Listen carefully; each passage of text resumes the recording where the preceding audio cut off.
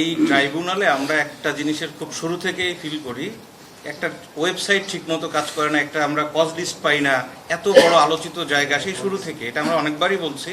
এখন এই বিষয়টা আপনি একটু নজর দিবেন কিনা? ইনশাআল্লাহ।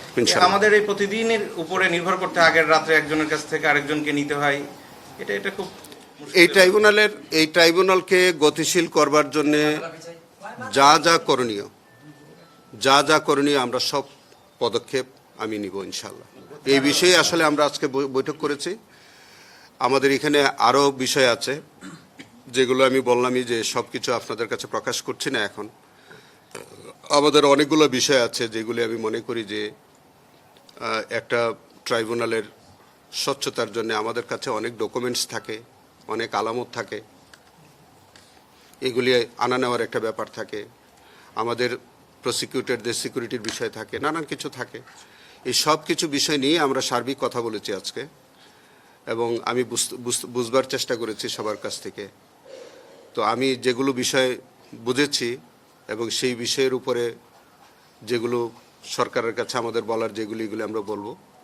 এবং এই প্রশাসনকে আপনি যেটা বলছেন যে ওয়েবসাইটে আপনার মামলা রেফারেন্স দেখা, এগুলি সব কিছুই আমরা আধুনিক আপ টু ডেট করবার জন্য যা করার সব পদক্ষেপ আমরা খুব শিগগির নেব ইনশাআল্লাহ।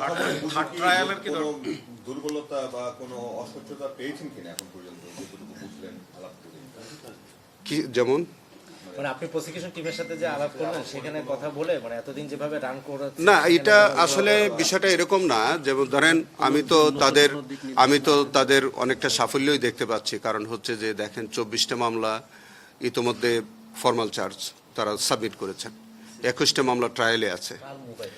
এই সময়ের মধ্যে এতগুলো মামলা হচ্ছে, আমি খোঁজ নিয়ে দেখেছি আর অনেকগুলো মামলা ইনভেস্টিগেশনে আছে এবং তারা কাজ করে যাচ্ছে। এখন সেই কাজ করবার ক্ষেত্রে যদি কোনো ভুল ত্রুটি হয়, কোনো অনিয়ম হয়, সেটা আমরা দেখতে পারবো। কিন্তু একেবারে কাজ হয়নি বা এটা বলা ঠিক হবে না, এটা অবিচার হবে সবার প্রতি। কারণ হচ্ছে যে এই সময়ের মধ্যে 24টা মামলার ফর্মাল চার্জ দাখিল করা পর্যন্ত এটা তো একটা সময় সাপেক্ষ বিষয়। 21টা মামলা অলরেডি আমাদের ট্রায়াল চলছে।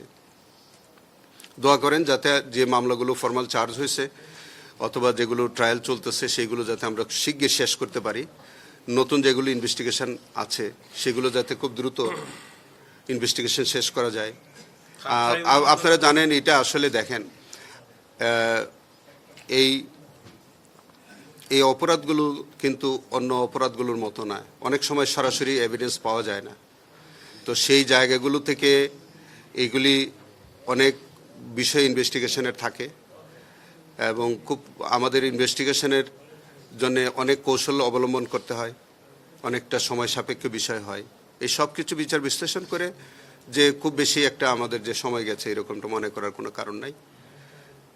তবে আমি মনে করি যে আরও গতিশীল যদি করার কোনো সুযোগ থাকে সেটা করা হবে। ধন্যবাদ সবাইকে। অনেক এই যে দ্রুততার সাথে মামলা হয়েছে, এই বিষয়টি নিয়ে দেশি বিদেশি অনেক জায়গা থেকে বলা হয়েছে অসম্ভব দ্রুততার সাথে বিচারগুলো হয়েছে, সেটি কি বিচারের ক্ষেত্রে কোনো প্রভাব ফেলে? কিন্তু আইনেই তো বলা আছে যে দ্রুততার সাথে করতে হবে। এই আমাদের আইনেই বলছে যে একটা মামলার প্রসিডিং শুরু হলে শেষ না হওয়া পর্যন্ত অ্যাডজনমেন্ট দেওয়া যাবে না। এটা তো আইনের স্পিরিটটাই হচ্ছে যে দ্রুত বিচার করতে হবে, খুব স্পিরিট ট্রায়াল করতে হবে। তো সেই ক্ষেত্রে মানুষের তো জন আকাঙ্ক্ষাও তো এই মামলা দ্রুত শেষ করা। আমরা যদি একটা মামলা দিনের পর দিন বছরের পর বছর নেই তখন তো 71 যে মানবতা বিরোধী অপরাধ সেখানকার যথাসম্ভব সবাই খালাস পেয়ে গেছে। তারপর সেই বিচারগুলো আর এগোয়নি, সেটাকে আপনারা কি ডিভাইড করবেন কি? অনেকগুলো মামলা পেন্ডিং আছে, প্রায় 40-50টা মামলা পেন্ডিং আছে। আমি জানি না এখনো আগের কি মামলা কতগুলো পেন্ডিং আছে আমি জানি না, কিংবা কি অবস্থায় কি হয়েছে আমি কিছুই জানি না। তবে আমি তো বললাম যে আমি এটা আজকে প্রথম কার্যদিবস আমার, আমি পর্যায়ক্রমে দেখব, আপনাদের সকল প্রশ্নের উত্তর আমি দিতে পারবো। আমি দেখি আগের কি হয়েছে, আগের কয়টা মামলা পেন্ডিং আছে বা কি অবস্থায় কে খালাস পেয়েছে কে খালাস পায়নি, সবই দেখব আমি পর্যায়ক্রমে আপনাদের